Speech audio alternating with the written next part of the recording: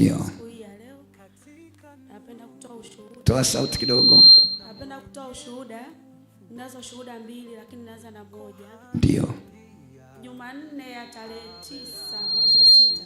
Ndio. Nilikuja hapa kwenye maombi ya Jumanne. Sasa kulikuwa na maombi ya kupeleka moto katika majumba yetu na sehemu tunazofanyia biashara. Basi kapeleka moto kisawa sawa, ile vizuri kabisa.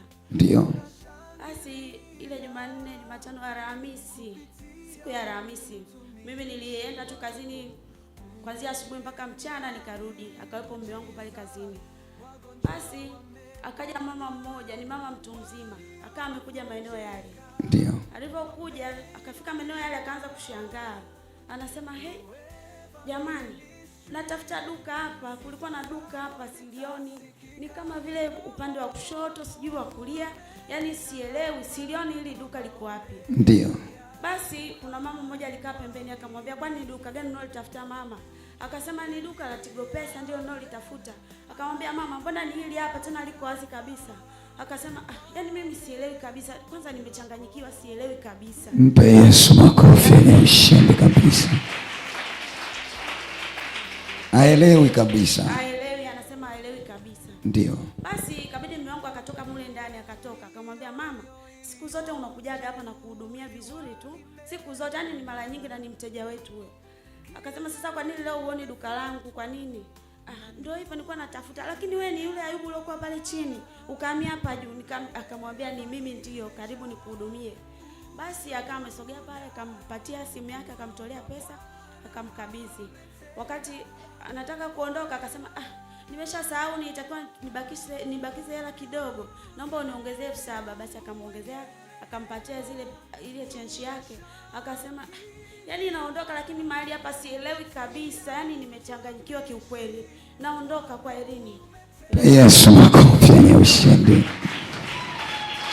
Sema amina na utabarikiwa. Sema watahangaishwa. Sema watahangaishwa sana.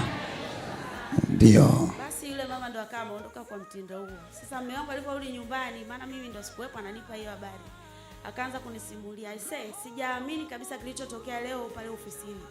Nikamuuliza ni kitu gani, ndo akaanza kunisimulia hivyo. Basi nikamwambia usishangae sana. Hayo ni maombi ya siku ile ya Jumanne nilipokuaga naenda kanisani. Tulipeleka moto wa uhakika, moto wa kisawa sawa, moto wa juzi. Basi usishangae, hayo ndo matokeo yake. Yesu makofi ya ushindi kabisa. Tunaposema tuombe tumaanisheni. Yupo Yesu. Shuhuda yangu ya pili. Ndio. Shuhuda yangu ya pili, siku hiyo Jumanne ya tarehe 9, sasa Jumatatu, Jumapili yake ulitangaza tuchukue maji ya ufuniko mweusi. Ndio. Twende tukamwage ndani, ni kama vitu kama huko ndani kuna vitu ambavyo vimejificha ambavyo visioeleweka, basi utaviona kwa macho. Ndio. Mimi nikachukua yale maji, nikaenda nikayatumia kama ulivyoelekeza. Ndio. Basi baada ya kutumia yale maji akawa anaonekana mdudu mule ndani, chura. Ndio. Akawa anaonekana mara umemwona huku chumbani, mara sebuleni, yani hivyo. Anatembea tembea huko sana, namchukua yule namtupa, nafunga mlango. Jamani, huyu chura ametokea wapi? Ameingilia wapi hivyo hatujui. Lakini unamtoa nje, baada ya siku 2-3 unamwona tena hivyo. Yaani kama ni mara 4 hivi ameonekana mule ndani. Ndio. Basi ikawa siku ya Jumatano hiyo nikaamka usiku saa 8 kwa ajili ya kufanya maombi. Tukawa tumeomba na mume wangu, tukawa tunafanya maombi. Baada ya hapo nikaa nasikia nasikia kutapika wakati tunaendelea kuomba. Nikatoka nikaenda chooni huko nikatapika nikarudi. Sasa wakati mnaomba sasa. Ndio. Wakati nilivyorudi nikaa nasikia kutapika tena. Nikarudi nikakaa saa 8 ya usiku hiyo. Saa 8 usiku. Nikakaa kwenye corridor hivi karibia na mlango.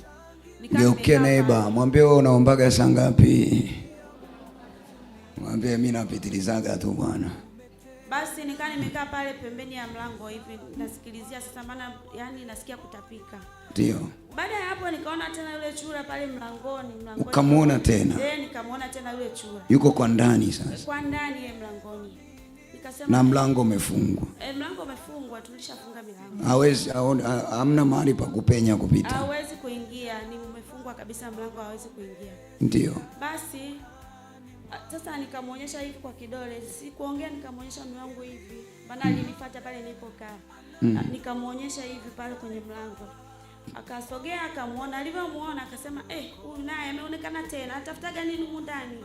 Na anaingilia wapi? Saa 8 ya usiku sasa. Usiku saa 8 usiku. Ndio. Basi akawa amechukua fagio, akawa anamvuta hivi ile, yani anamvuta hivi pale mlangoni. Wakati anaendelea kumvuta yule chura akapotea. Akapotea ghafla. Akapotea, watumishi wa Mungu. Akapotea kabisa. Tunaangalia amepita wapi, ameelekea wapi? Hayupo yule chura pale. Basi ndio. Tukaulizana pale, tukakosa majibu. Mume wangu akachukua funguo, akafungua mlango wa nje huo. Akafungua, akatoka, akaangalia. Na mimi nikamfuata. Tukawa tunaangalia, hamuoni. Tunaangalia tumuoni. Mara kidogo pembeni hivi kuna ua. Kuna kopo la maua. Kunyanyua nikamwona pale chini. Nikamwambia ni huyu hapa. Basi akamchukua ile chura akampiga. Akasema wewe sikuache salama. Unaingiaga huko ndani kufanya nini? Sikuache salama. Basi akampiga ile chura. Uwezi amini, alichukua nyundo. Akampiga na nyundo miguu, yani kamgonga kabisa na nyundo. Basi akamelala hapo.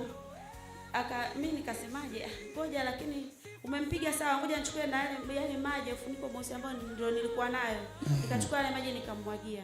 Nilipomwagia nikamwambia huyo achana naye, mwache tu hapo. Tuendelee na mambo yetu ndani.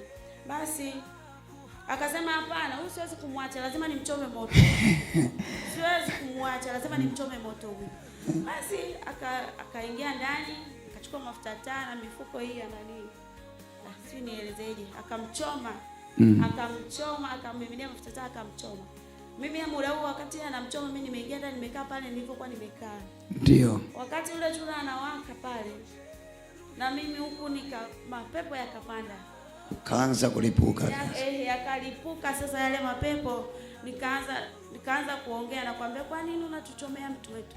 Unatuchomea mtu wetu. Mtu wetu ni mtu wa taarifa katika nyumba hii. Kila kinachoendelea katika nyumba hii, huyu ndio anotupa taarifa. Unaona sasa, msema Yesu, fanya na mimi kwangu. Kwa hiyo wakawa wanalalamika hivyo kwamba umemchoma mtu wao. Ndio alikuwa anawaletea taarifa za mule ndani, kila tunachokifanya, tunachokipanga. Kwa hiyo yule chura ndio kama amekuja sasa, alikuwa anakuja kuchukua taarifa sasa. Kwa maelezo.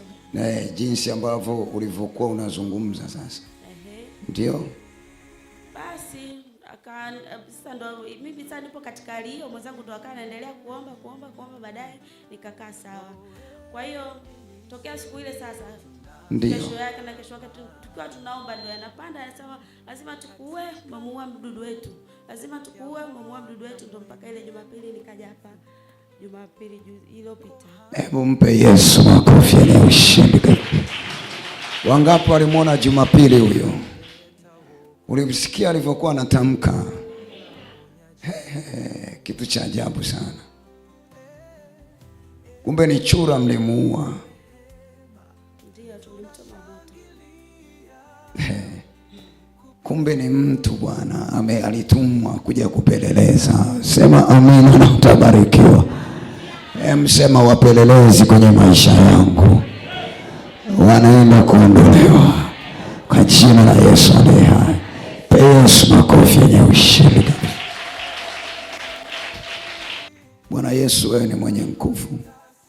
Tunakushukuru kwa matendo makuu, kwa neema na nguvu. Sadaka ikawe nuru, ikawe mwanga katika nyumba yake na ulinzi kwa yale ambayo umeyatenda. Kwa jina lako Yesu ninaomba na kuamini. Amen. Leta mkono wako. Bwana Yesu, wewe ni wa neema. Tunakushukuru kwa mambo makubwa uliyofanya, na kila ile roho ya giza, uchawi, shirikina iliyopatikana, iliyokuwa inaleta peleka taarifa na kutoa taarifa, haina nafasi tena, haina nguvu tena. Ninaiamuru ipotee na isiwahi kurudi tena katika maisha yake. Na sasa wako huru katika kila jambo. Kwa jina la Yesu, kwa jina la Yesu, kwa jina la Yesu, ninaomba neema na ushindi.